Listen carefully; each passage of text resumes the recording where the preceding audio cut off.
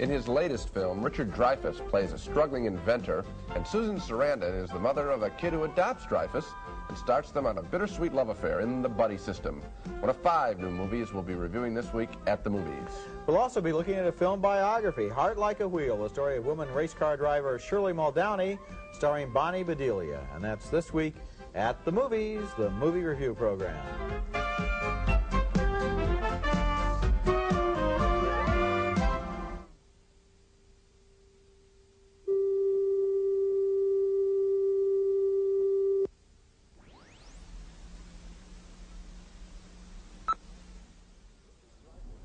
Richard Dreyfuss and Susan Sarandon star in The Buddy System, the story of a bittersweet love affair that's engineered by Sarandon's precocious son.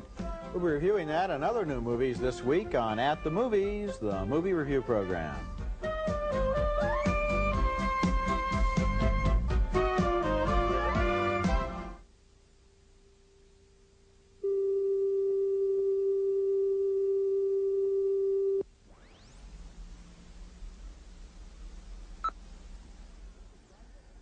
Richard Dreyfuss and Susan Sarandon in The Buddy System this week at the movies, the movie review program.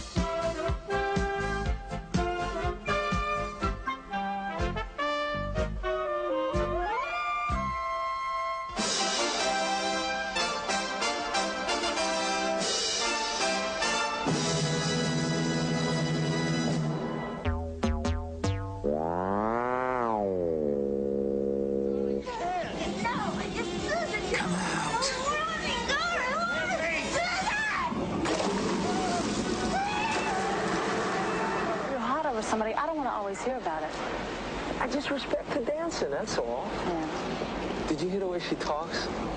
It's so intelligent, like, I love it. An accent doesn't make someone intelligent. If it did, you'd be Einstein. I'm bored.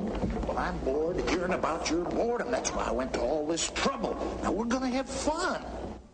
Well, I'm bored too, but I don't think that's exactly the movie to guarantee that we're going to have fun. In fact, it's just the opposite. It's one of the stinkers of the year's very, very worst films. And across the aisle for me is another fellow survivor from the most disappointing movie-going experiences of 1983, Gene Siskel, film critic of the Chicago Tribune. And across the aisle from me, fellow survivor, Roger Ebert, film critic of the Chicago Sun-Times. And the subject today is going to be sequels. The subject today is going to be sequels. See, wasn't it less interesting the second time? And that's the story with sequels. Sequels, if there ever were a tough part of the job of being a film critic, and I don't think there are any tough parts of this job, seeing Hollywood sequels would have to be, I think, the roughest. We go in with such high expectations, critics and regular people too, typically because they're remaking a good film. But then all we see are the crass business decisions that lead to an inferior product. And so we walk out of the theater, critics and regular people, feeling ripped off, suckered again. 1983 had a great number of sequels, and for our annual Worst Movie Show of the Year, we're going to focus on 6 of the worst, and Roger begins with one of his least favorites, Jaws 3D. Well, our first stinker was about a man-eating shark, and this one eats up audiences and spits them out. Jaws 3D was the 3rd movie to star a great white shark, and the 2nd one to make the shark boring. In Steven Spielberg's very first Jaws, a good movie made 10 years ago, the shark seemed real, and so did its victims. We cared about them. We were worried about what was going to happen to them. But look at this ridiculous scene in which a phony shark chases some water skiers who are amazingly slow to catch on.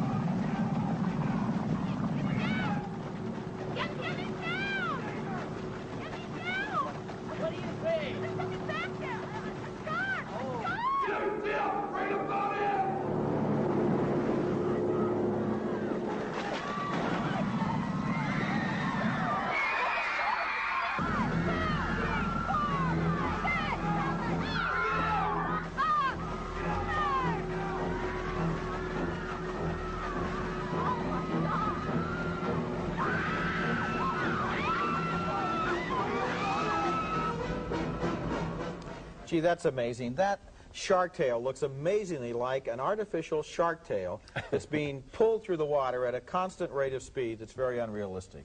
And I think that's exactly what it was, too. Jaws 3D was, of course, in 3D. And so were a lot of movies this year. In fact, 1983 saw a rebirth of the 3D fever, which was big in the 1950s, and then mercifully disappeared for 20 years before resurfacing in a series of murky, unfocused, boring, technically hapless movies that had the audience desperately struggling to see what was on the screen. I paid $5.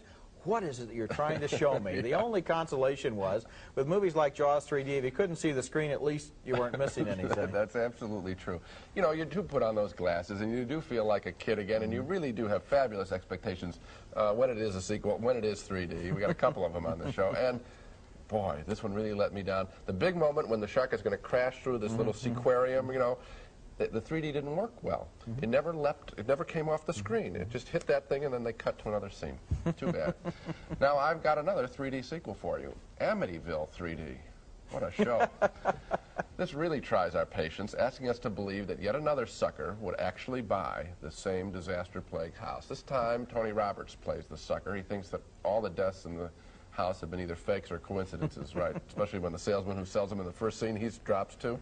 Here he visits the cellar and sees his wife. Don't worry about the 3D. As with Jaws 3D, the 3D is so bad here that you'll enjoy this film slightly more in good old 2D.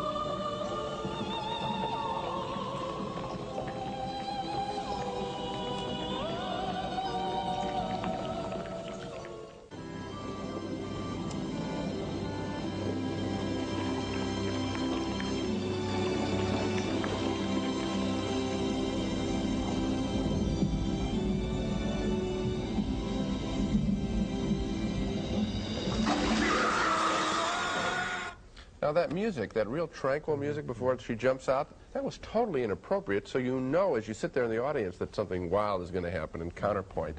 As for these whole Amityville movies, now the house's attic windows are genuinely scary, sort of like creepy eyes, and that, what do you call it, the chimney with the bricks for the nose, that's sort of interesting. But that's it in the Amityville movies, especially Amityville 3D, because inside the house, nothing is going on, nothing that is the least bit frightening. It's all so predictable, you feel a little dirty watching it, watching these ridiculous characters being set up, they're introduced, boom, knocked off. It's a miserable film. You know you're in trouble when they made 3 movies and all you can think of to praise are the windows on the house. Or the chimney, yeah. I was looking at an ad in the paper the other day for video cassettes, you know, for Christmas gifts, and they were advertising the Jaws trilogy. Yes, I saw that too. Special discount price.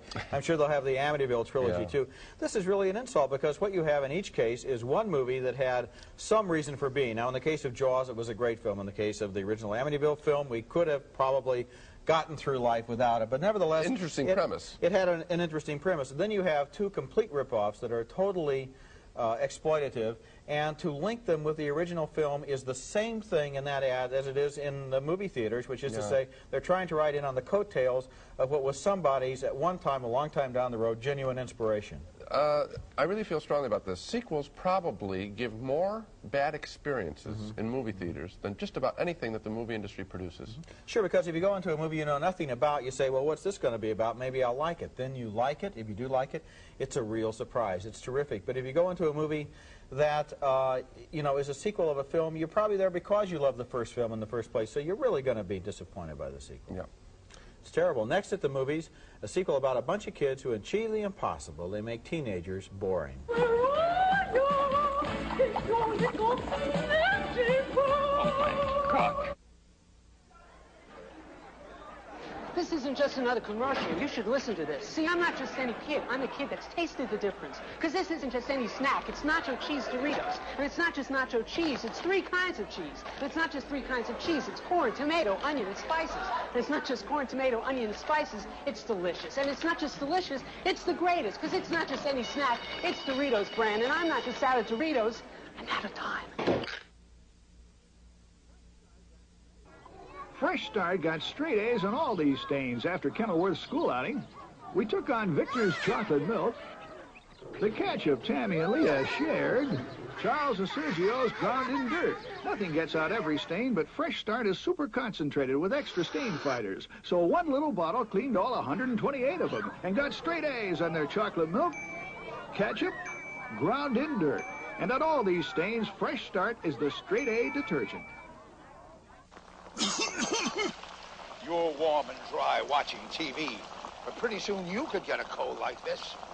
Mucus that blocks up your nose, phlegm that rattles in your throat, fever, and a cough. For bad colds, get Dristan Ultra. Just 2 tablets of Dristan Ultra give the relief of 2 Sudafed, plus 1 chlortrimeton, plus 2 Tylenol, plus 2 hold cough lozenges. All this in Dristan Ultra. Good, strong stuff, and it really works. All this in Dristan Ultra. Here's a trash bag like no other. The new Glad Handle Tie Trash Bag. One snap, you've got 2 handles. Just tie them together to close the bag tight. No twist ties to come off. The handles are tough, too. So this bag does a lot more than just hold the trash. This bag helps you get a handle on it. Real sensible. The new Glad Handle Tie Trash Bag makes that long haul to the curb seem shorter. Get Glad Handle Tie bags for your kitchen, too. Our next movie is named Porky's 2, and this is a sequel to the surprisingly successful and amazingly bad original Porky's. Both movies are about a crowd of sex-crazed airheads down in Florida who spend all day practicing up on how to be offensive goons. This next scene is a good example. It makes the old beach party movies look like thoughtful and mature considerations of human sexuality. The Porky's gang is standing down at the old parking lot watching all the girls go by. You guys are just jealous because I ruined Wendy for everybody else. Oh, no. Now that she's had me, what's wrong? Yeah, well, that's not what she told me. Well, what did she tell you? Ask her, Pee-wee, here she comes. Yeah, I can hear her panting from here. Look, man, when they've been had by Pee-wee Morris, they stay had. I mean, they can't keep their hands off me. Now, you guys better watch out, because when she sees me, you're liable to get caught in a stampede. Watch this. Hi, boys. God, she's in a frenzy, Pee-wee. Oh, she's rabid. She didn't see me. She didn't know I was here. That's what she said about you last night on the bus. Oh, man, the girl's my slave. These people are really vulgar and mean-spirited for a comedy. Yeah. It doesn't make you feel good. The original Porky's was simply dumb and offensive and filled with scenes that indicated that, well, for these guys anyway, men basically hate women. Mm-hmm. But Porky's 2 is a little more versatile. It also includes offensive racial stereotypes and some really painful scenes where it tries to take a noble stand against the Ku Klux Klan. Well, the Klan doesn't belong in movies like Porky's 2, movies that are so corrupt you can't tell they're attacking something or merely exploiting it. Well, I think you can tell, and I think it's, you're saying at the second point, which is that they are exploiting the Klan when they use it, or any of the anti-religious people that they put in these films. Because if they were really going to be commenting seriously on the Klan, then you show what the Klan does, you know, which occasionally kills people. Instead of having them wear white sheets and run around, and it's just a funny chase scene, and look at the funny Klan. They don't have slumber parties, you know. That's what the Klan does in this movie. Yeah. And I really found that offensive. Plus, I think you hit on another good point, which is that basically the characters here are not funny people. I mean, there are funny people in Mel Brooks films, there are funny people in Woody Allen films, sometimes there are even funny people in Neil Simon movies. These are not particularly funny people. I don't laugh at them. I don't like them. I don't want to be around them. The only way you could laugh at these people would be if you shared the movie's view of the human race as essentially just very corruptible and evil and cynical and exploitative. Yes, well, to make it long story short. We're much better than that, obviously. Coming up next at the movies, and this took real guts, they made The Sting 2 without either Robert Redford or Paul Newman. All right, it's Crinclaw. Veronica Crinclaw. Crinclaw? Why would you want to change a lovely name like that?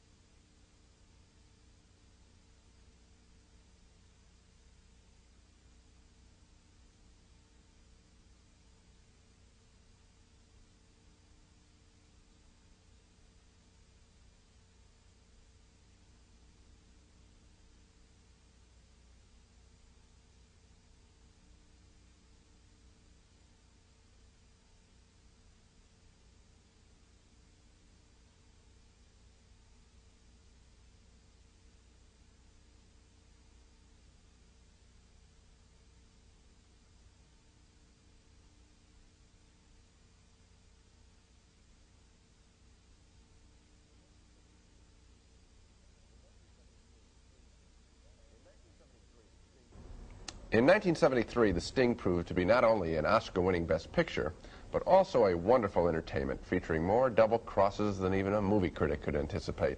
And it also contained two of the most charismatic performances that either Paul Newman or Robert Redford has ever given. So now, 10 years later, they finally give us Sting 2. And you guessed it, no Newman, no Redford. Of course, the new film is also missing the great villain of the first picture, played by the late Robert Shaw. So this film has nothing going for it. The Sting 2 star Jackie Gleason is one of the good guy Stingers this time. Carl Malden is the bad guy Stingy, and Terry Garr is a femme fatale. But instead of a fresh script, we just get recycled one-liners from a Dean Martin roast. You're an awful good-looking broad. Oh, thank you. Pardon me. While I've been around the world many, many times, I have never encountered a woman seemingly as charming as you are, and assuredly as attractive and beautiful. Well, that is certainly the nicest thing anyone has ever said to me. I hope you won't think this a rude imposition if I ask for permission to join you just for a moment. Oh, of course. Wait a minute. What the hell do you think you're doing? I was here first. Oh, my word, gentlemen, please don't argue on my account. I was beginning to think I was going to spend the evening alone, but now it looks like I have the luck of 2 escorts. You can hang around for 1 minute. Thank you. Can you believe those are 3 very talented actors? How can they be so boring so quickly? That takes real skill. The only good thing about this movie is that they didn't shoot it in 3D. And inasmuch as they fooled us so many times in the original Sting film, it is a lot tougher, of course, for them to do it to us again with a similar double twist ending. I think they've got about 8 twists here. Actually, we never enjoyed this movie because we're always sitting there waiting for the other shoe to drop in every gag that's pulled. This was a very unpleasant film to watch.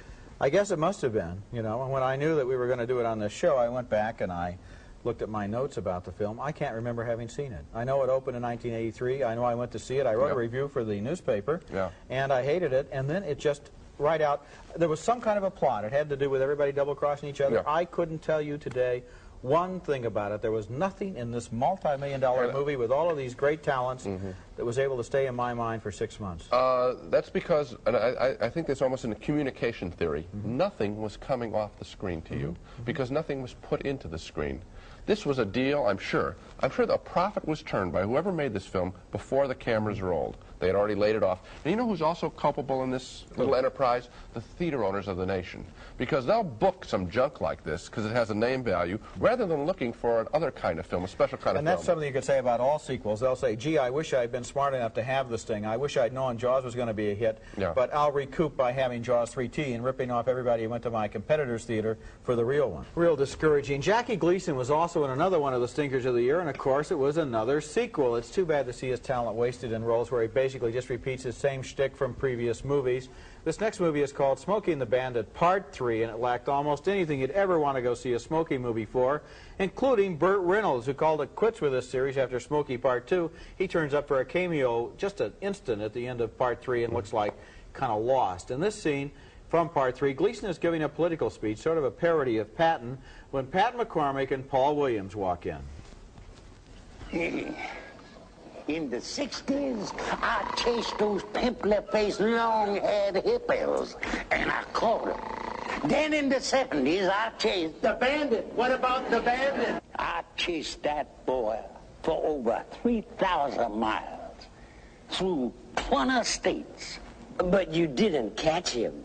So I didn't catch him. What the hell difference does it make? But I'll bet. Okay? Okay, what? Okay, let's bet. What are you talking about? What we're talking about is a simple contest, a little race. And if you win, Sheriff, we Enuses are going to pony up $250,000. If you lose, you fork over that silly symbol you've been shoving in people's faces all these years. You're bad. He's bad. That's right. I think there's one generalization that we can safely make about the movies, and that's this. Any movie that lists Paul Williams in its acting credits is going to be a real good candidate for the Stinker of the Week award. Smokey 3 was a tired movie, real tired, and no wonder. The only inspiration for this movie, the only motivation behind it, was the box office success of Smokey's Part 1 and 2. This is probably the first time in history that people have been asked to pay money to see an annuity in action. You know, we've knocked the theater owners, we've knocked the production houses for doing this thing. Let's go after another target, and that is the actors themselves. Now, nobody wants to say you don't have a right to make money, but I wonder if these people really are thinking of what the effect it can have on their career. In other words, the best actors that we have are really brand names. We go to a Clint Eastwood film because he gives a certain quality of entertainment. I wonder about the actors who participate in some of these sequels, because I think that they're really sort of burning the audience that helped make them stars. In the old days, there would be a studio executive who said, we better make this second or third or fourth Andy Hardy film pretty good because we don't want the fans of Judy and Mickey to get upset at Judy and Mickey. Who's looking out for these stars? When I look at a scene like the one we just saw, I think of the Mighty Carson Art Players with Johnny Carson, where he gets a couple of his guests and he says, okay, we're going to give you mustaches and funny hats, and you'll go on and do a parody of Smokey and the Bandit. But unfortunately, instead of 10 minutes on The Tonight Show, it's 2 hours in a theater.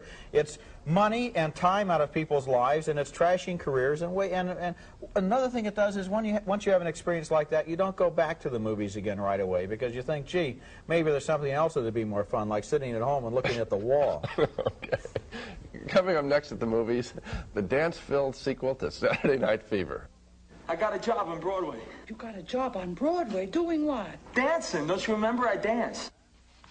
Use sandpaper to clean your bathtub? Ridiculous. Yet, if you're cleaning with scouring powder, you're probably using the same harsh, scratchy abrasives found in this sandpaper, and that can be rough on your tub. That's why Soft Scrub is better. It's a liquid cleanser that cleans like a scouring powder, but because it has milder abrasives, it doesn't scratch like one. Soft Scrub cleans even tough soap scum like this, but leaves no sandy grit. Try Soft Scrub. Cleans like a scouring powder, but doesn't scratch like one.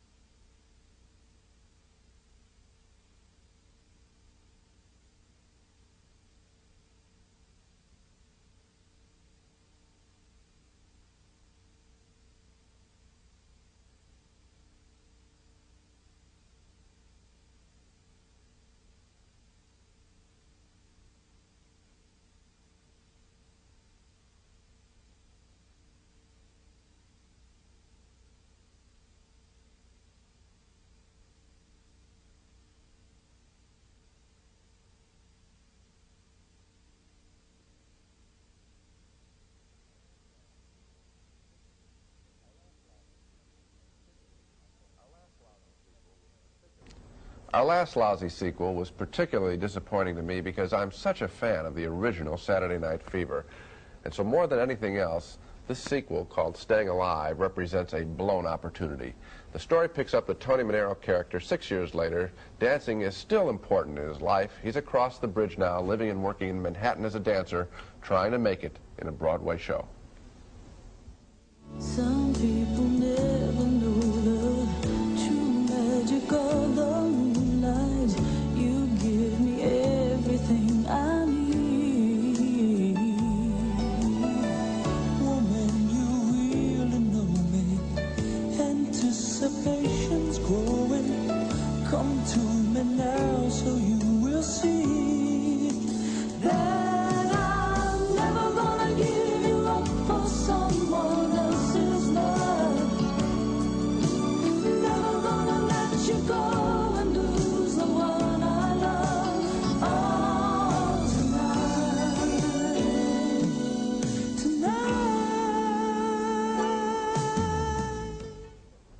That is the only sweet scene in the movie, and of course it's so sweet we can't figure out why he doesn't go with that girl, why he is interested in this other woman. After we wait around long enough, what do you know, though? He gets the starring role, and he makes his show a big hit. Big deal. It's so predictable and so unlike the fresh, utterly frank, realistic story of the original Saturday Night Fever, which was Brooklyn gritty, whereas this film is Hollywood phony. So what if Staying Alive made a lot of money? I didn't get to see Tony Manero grow up in this movie. I saw John Travolta walking through a fairy tale story. Staying Alive was bitterly disappointing. I really mean that. I felt betrayed in some way as a tremendous fan of that. It really let me down, too. Tony Manero is a real guy in the original picture. He has a real life, and who would have thought that he went through everything that he went for in Saturday Night Fever, only to wind up with his life being turned into a backstage musical. He deserved better than that. Yep. And that brings us to the list of to the end of our list of sequels, 2 of them in 3D, all of them deserving a place on anybody's list of the worst movies of the year. But hold on just a minute. We can't just stop there. We can't let all the year's other awful movies off the hook. And so we hereby open up the At the Movies Hall of Shame, a list of some of the other movies that we suffered through in 1983. And Gene, let's take a trip down bad memory lane and talk about some of these titles as their scenes march past. Okay, well, the first was Deal of the Century. Chevy Chase just can't stop winking at the camera. This was a terrible film. Final Option, an incredible number of holes in that plot. Nothing made sense. You're right. Krull. I can't even remember who Krull was. Sounds like a dessert. The Lonely Lady. Doesn't Pia Zadora have any pride? I think we know the answer to that. The Osterman Weekend. That contained some of the most unpleasant characters you will ever find all together in one movie. Then there was Space Hunter, typically lousy 3D. Most of this film was out of focus, and I didn't really miss it that much. Stroker Ace. This was my #1, really, honest, if I had to pick one, worst movie of the year. Doesn't Burt Reynolds have any respect? Then you had Trenchcoat with Margot Kidder. I never was able to figure out this movie, neither was anybody in the movie. You know, I want to make one last point about the sequels before we go. If we do anything for people on our show for the whole year long, let it be this. Don't go to see a sequel unless you have heard from a dear friend or maybe from one of us or a critic you respect that it's good. And don't go to see a 3D movie unless someone really close to you that you value tells you it's good, because the chances are overwhelming that it's going to be lousy. Okay, so here we are in 1984. It's a year fraught with peril, George Orwell and everything else. So let's start out and give people a break with the 2 At the Movies rules. No sequels, no 3D unless we say so. Right? Okay. We're going to be stern this year. Well, that's it for the worst films of the year. Next week, we'll be back to reviewing new movies, including Richard Dreyfuss and Susan Sarandon in The Buddy System, sort of a remake of The Goodbye Girl. Until then, we'll see you at the movies.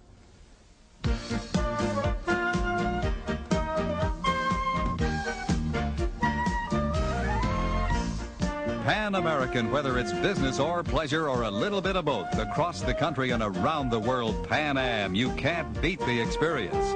America's favorite movie candies are coming home. Now enjoy Raisinets, Goobers, and Snowcaps at home and at the movies. Star attractions for your movie time pleasure. Glade Spin Fresh. If it's time for a fresh, Spin Fresh roller in your bathroom, try new Fresh Bouquet. New from Glade.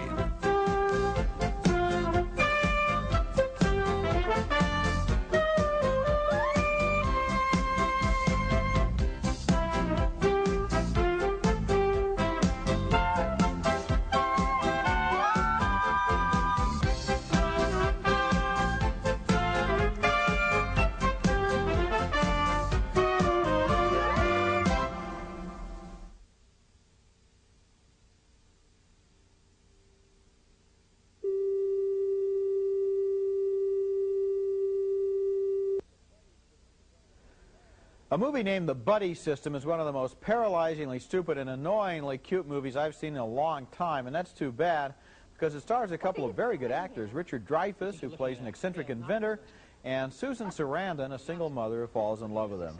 Well, these are 2 of life's losers, but maybe together, using the buddy system, they can survive. The problem is you never know whether to take this movie seriously or not, and here's an example.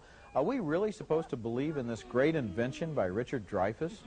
I don't want to be a rich man. Would you please get that out of here? What is it? This, ma'am. This is a fully automated dog wash, which can clean a medium-sized dog in less than 20 minutes with no mess or bother. Now, let me see. It's perfect for the apartment-bound dog. And when not in use as a dog wash, it can always serve as a plant stand. Is it expensive? Well, for that, you'd have to talk to my partner here. He's paying to manufacture it. The problem with the Dreyfus character in this movie is that he's never able to make up his mind.